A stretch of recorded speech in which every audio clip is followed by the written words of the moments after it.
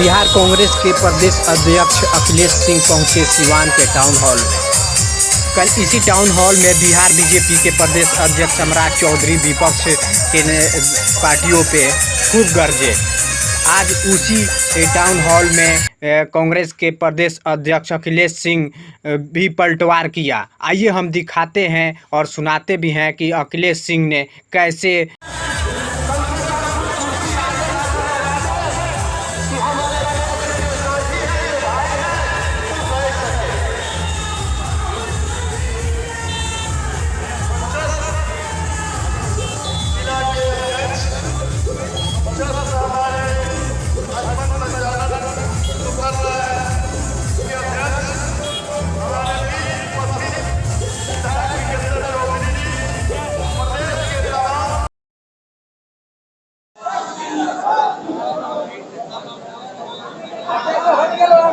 आगे से हट जाइए, आगे से मत हटिए।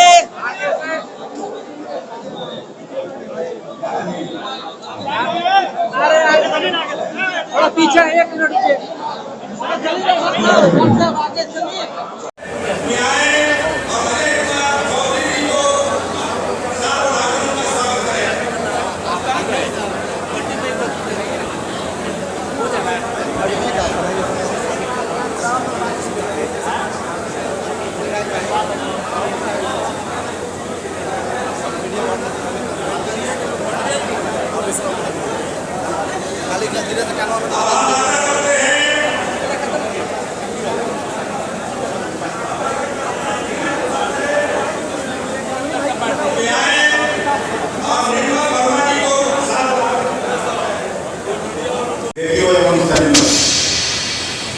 सबसे पहले सिवान की इस ऐतिहासिक धरती, जहां देश के जाने माने स्वतंत्रता सेनानी देश रत्न डॉक्टर राजेंद्र प्रसाद जी को जन्म देने का काम किया, जन्म देने का जिसको गौरव है, मौलाना मजरूल हक की जो भूमि रही है, जयप्रकाश नारायण जी की भूमि रही है, मैं इस धरती को सिर झुका के प्रणाम करता हूँ। मित्रों, विशेष तौर से आदरणीय दुबे जी ने और फिर बाद में शकील खान साहब ने अपने पूर्ण भाषण में सब कुछ बताने का काम किया है। मेरे हिस्से में मलिनाथ की तरफ हासिल करना अब बचता। और आप सभी जानते हैं, मैं फिजिक्स का विद्यार्थी रहा, फिजिक्स पढ़ाता रहा, तो लक्ष्यधार भाषण हमको करने आता भी नहीं। मैं काम का बात करता हूँ और मुख्य काम क्या है? मुख्य काम ये है, आज ये 2022 में हम आपके बीच भाषण कर रहे हैं, 23 में भाषण कर रहे हैं। अच्छा किया, करेक्ट कर दिया आपने। मैं 22 जानबूझ के इसलिए बोला था, कुछ लोग आप लोग समझ गए। इस देश के प्रधानमंत्री बाकी नौजवानों के साथ धोखाधड़ी किया, महिला मां बहनों के साथ धोखाधड़ी किया, देश के साथ धोखाधड़ी किया, लेकिन उनको देश के अन्नदाताओं के साथ धोखाधड़ी नहीं करनी चाहिए। उन्होंने वायदा किया था कि हम 2022 में किसानों की आमदनी को दोगुना करने का काम करेंगे। लागत खर्च दुगना से भी ज्यादा चौगुना हो गया, लेकिन आमदनी दुगनी से आधी हो गई। आप सभी खेत खलिहान में काम किया तो काम करने वाले हैं या काम करने वालों के घरों से आए? मैं भी इस विभाग का मंत्री हुआ करता था 2004 से 9 के बीच। मनमोहन सिंह जी ने भी उस समय वायदा किया था, जिसका भी कुछ हद तक दुबे जी ने किया था अपने भाषण में। और उन्होंने वायदा किया था, क्या वायदा किया था कि भाई जब कभी बजट पास होता है देश का, तो रियायतें दी जाती है बड़े बड़े व्यवसायियों को, बड़े बड़े व्यवसायिक घरानों का टैक्स माफ कर दिया जाता है। लेकिन जब किसानों की आमदनी बढ़ाने की बात होती है, तो वो पहली पंचवर्षीय योजना से आज 14वीं पंचवर्षीय योजना में देश चला आया, लेकिन उनके न्यूनतम समर्थन मूल्य बढ़ाने का बात आता है तो 10 रुपया 20 रुपया 50 रुपया तक होता है। पहली बार मनमोहन सिंह जी के प्रधानमंत्रित्व काल में मैं ही घोषणा किया था कि इस धान का न्यूनतम समर्थन मूल्य 550 रुपया प्रति क्विंटल था, उसको सीधे 1100 रुपये प्रति क्विंटल करने का काम मनमोहन सिंह जी ने किया। 620 रुपया जिस गेहूं का कीमत हुआ करता था, उसको सीधे 1240 रुपया प्रति क्विंटल करने का काम हुआ था। और केवल वही नहीं बात रुकी, तिलहन, दलहन, शुगर केन सबके प्राइसेस जो न्यूनतम समर्थन मूल्य के दायरे में आता था, सबका मूल्य दुगना करने का काम हुआ। न उसके पहले किसी सरकार ने किया, न उसके बाद की किसी सरकार ने किया। ऐसा क्यों अन्याय हो रहा है किसानों के साथ? और जो 3 काला कानून पास हुआ था, जिसके बारे में आप सभी जानते हैं, अगर कांग्रेस पार्टी आंदोलन नहीं करती लोकसभा राज्यसभा में, किसानों को इस मुद्दे को लेकर लड़ती नहीं, तो उनको वापस नहीं लेना पड़ता और आपके जमीन भी को अंबानी अदानी को देने की योजना बना रहे। हमारे नेता राहुल गांधी जी जहां कहीं भी विधानसभा का चुनाव होता है, चाहे कर्नाटक में चुनाव हुआ हो, वहां हमारी सरकार बनी है, हिमाचल में हमारी सरकार बनी है, या 4-5 साल पहले छत्तीसगढ़, मध्य प्रदेश और राजस्थान में सरकार बनी थी। एक वायदा जरूर किसानों से करते हैं कि हम आपको कर्ज माफी करेंगे। जितना भी छोटे मझोले किसानों पर कर्ज है और उसको 3 महीने के अंदर कांग्रेस की सरकार को वहां करना पड़ता है। एक वायदा कांग्रेस करती है और दूसरी वायदा में जो दिलाया 2022 का मोदी जी का, वो आपके सामने है। रोजगार की बात हटा दीजिए, जो 2 करोड़ लोगों को रोजगार मिलना था, काले धन को विदेशी बैंकों से वापस लाने की बात भी हटा दीजिए। लेकिन आजादी के इतने दिनों बाद मैं भी कॉलेज से पढ़ लिख के निकला, तब से मुझे सब कुछ याद है।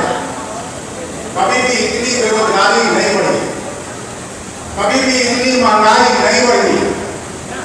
आज गरीबों के थाल से दाल गायब है, सब्जी गायब है, लेकिन प्रधानमंत्री जी उसकी चर्चा नहीं कर रहे। जो कुछ दिन पहले वीडियो आया है, आज 81 दिन या 82 दिन हो गया मणिपुर की घटना का, पूरे दुनिया में वहां जो कुकृत्य हुए हैं, उसके उजागर होने के बाद भारत का सिर दुनिया के सामने नीचा हुआ है। आज वो चूक है। राहुल गांधी जी दूर स्कूल में पढ़े, स्कूल में थोड़ा दिन के लिए सेंट स्टीफेंस जो लव प्रतिष्ठित कॉलेज है इस देश का, वहां पढ़ाई की, कैम्ब्रिज में पढ़ाई किया, हार्वर्ड में पढ़ाई की, वो इस देश में पप्पू हो गए। और इनके डिग्री का कहीं कोई आज तक विश्वसनीयता के साथ कोई नहीं कर सकता है कि किस स्कूल कॉलेज में पढ़े। ये देश के सबसे बड़े विद्वान होकर बैठे हैं, जो सबके साथ न केवल देश के लोगों को अपमानित कर रहे हैं, बल्कि देश के नाम को नीचा कर रहे हैं। यही चुनौती है। लेकिन हमको याद है, कभी गणेश जी को ये लोग दूध पिला देते हैं पूरे दुनिया भर। ऐसी पार्टी से लड़ाई है कांग्रेस पार्टी की, इसलिए आपको सजग होकर रहना होगा। और हमारा विरासत है, इतना बात हम जानते हैं सभी का, कि कांग्रेस का छोटा से बड़ा कार्यकर्ता कभी किसी से डर नहीं सकता। जब ब्रिटिश हुकूमत से नहीं डरा, तो आरएसएस और मोदी के लोगों को नहीं करेगा। और 2024 के चुनाव में हम सभी को इकट्ठा होकर चलना है। जो भी जिला में, प्रखंड में ग्रुपबंदी है, आपसी कटुता है, रंजिश है, उसको खत्म करिए और राहुल जी के और देश के तिरंगे को लेकर आगे बढ़ना है। जब तक हम लोग देश की सत्ता से इस अहंकारी सत्ता को बाहर नहीं करते हैं, हम चैन से बैठने वाले नहीं। हम जानते हैं कि आप सब पिछले 2 सप्ताह से इस तैयारी में लगे थे और हमको ये आपको बताने में खुशी है कि 7 महीना पहले मुझे अध्यक्ष बनाया गया, लेकिन अगर जिले में बिहार में अगर पहला कार्यक्रम मैं दिया हूँ तो सिवान जिले में दिया हूँ, क्योंकि मुझे भरोसा है राजेंद्र बाबू और भूमि में इतनी ताकत है कि कहीं से अगर कोई बड़ा परिवर्तन हो सकता है तो इसी धरती से हो सकता है। सबसे पहले हम कांग्रेस अध्यक्ष के रूप में इस जिले को मैंने चुना, और जहां पूर्वे की जैसा अनुभवी हम लोगों के नेता हैं, आप सब इकट्ठे होकर चलिए, और मुझे विश्वास है जब हम शकील साहब और सारे विधायक साथी जब हम लोग पटना से चले और जैसे ही पुल पार किए, वहां से लेकर यहाँ तक सैकड़ों जगह तोरण द्वार और आपने जो स्वागत सम्मान और उत्साह बढ़ाने का काम किया, उससे हम सभी अभिभूत हैं कि ऐसा कभी स्वागत और किसी जिले में हो भी नहीं सकता। हम केवल और केवल ये आपसे अपील करना चाहते हैं, और हम जो करते हैं जिसका बाप है उसका बाप है, मैं साफ करना है। हम कोई बड़ा विरासत लेकर राजनीति में नहीं आए, हम खुद एक कार्यकर्ता के हैसियत से सामाजिक राजनीति में आए। मेरे पिताजी को कोई नहीं जानता, वो एक किसान थे। मेरे घर में कोई मुखिया सरपंच का भी चुनाव नहीं लड़ा। हम पहला व्यक्ति अपने घर के हैं जो विधानसभा में आए, लोकसभा में आए या राज्यसभा में काम कर रहे हैं। हम अपने अनुभव के आधार पर और विश्वास पूर्वक आपको ये कहने आए हैं, हम कार्यकर्ताओं की कठिनाइयों को अच्छी तरह समझते हैं। किस तरह से खेत खलिहान में, सड़क में आपको संघर्ष करना पड़ता है, ये मैं अच्छी तरह समझता हूँ। मेरे पास एक कार्यकर्ता का अनुभव है, मैं आपके साथ कोई बेईमानी नहीं होने दूंगा, इतना जरूर आप मुझे भरोसा करिएगा। लेकिन साथ साथ ये भी मैं आपको कहना चाहता हूँ कि कभी भी कांग्रेस पार्टी के नीति सिद्धांत से समझौता नहीं करिएगा। राहुल जी और खड़गे साहब के नीति सिद्धांत और रास्ते पे चलने का काम करिएगा, फिर हमको कोई रोक नहीं सकता है। हम 24 तक गठबंधन को मजबूती से एक साथ चल के ये करेंगे। लेकिन ये भी हम आपको कहना चाहते हैं कि गठबंधन में हम अपमानित होकर भी काम करने वाले नहीं हैं। हम सबको हमारी संस्कृति और विरासत रही है कि हम सबको इज्जत सम्मान देते हैं और आगे भी देते रहेंगे। गठबंधन के जो भी नेता हैं, हम सबका उतना ही आदर करते हैं जितना हम अपने नेताओं का करते हैं, लेकिन उनको भी उसी नजरिए से हमको देखना पड़ेगा। नहीं तो ठीक है, आपका अपना पार्टी है, मेरा अपना पार्टी है, उसमें कोई बात नहीं। अगर नहीं सूट करता है तो अलग रास्ता, उससे भी हम बात नहीं आने वाले हैं। इसलिए हम केवल और केवल ये कह के अपनी बात यही समाप्त करना चाहते हैं कि गठबंधन धर्म का भी पालन करिए, ईमानदारी से करिए। जहां जिसको इस सारण प्रमंडल में जो सीटें मिले, कोशिश रहेगी मेरी कि इस सारण प्रमंडल में भी कांग्रेस को एक सीट मिले। लेकिन अगर किसी कारण से नहीं भी मिलता है तो ईमानदारी से ईमानदार कांग्रेस कर्मी बन के गठबंधन के उस पार्टी को, उस उम्मीदवार को जिता के लोकसभा में भेजना है। यही राहुल जी का निर्देश है, यही खड़गे साहब का निर्देश है। यही करके मैं फिर से सीवान जिले कांग्रेस कमेटी को और डॉक्टर एहतसाम और जिलाध्यक्ष जी और सारे साथियों को हम हृदय से धन्यवाद करते हैं कि आपने इतना जानदार, शानदार, यादगार समारोह करके हम लोगों का सम्मान और उत्साह बढ़ाने का काम किया। फिर से मैं आपका हृदय से शुक्रिया अदा करता हूँ, धन्यवाद करता हूँ। और कांग्रेस पार्टी का एक बार जोर से नारा लगा दी, कांग्रेस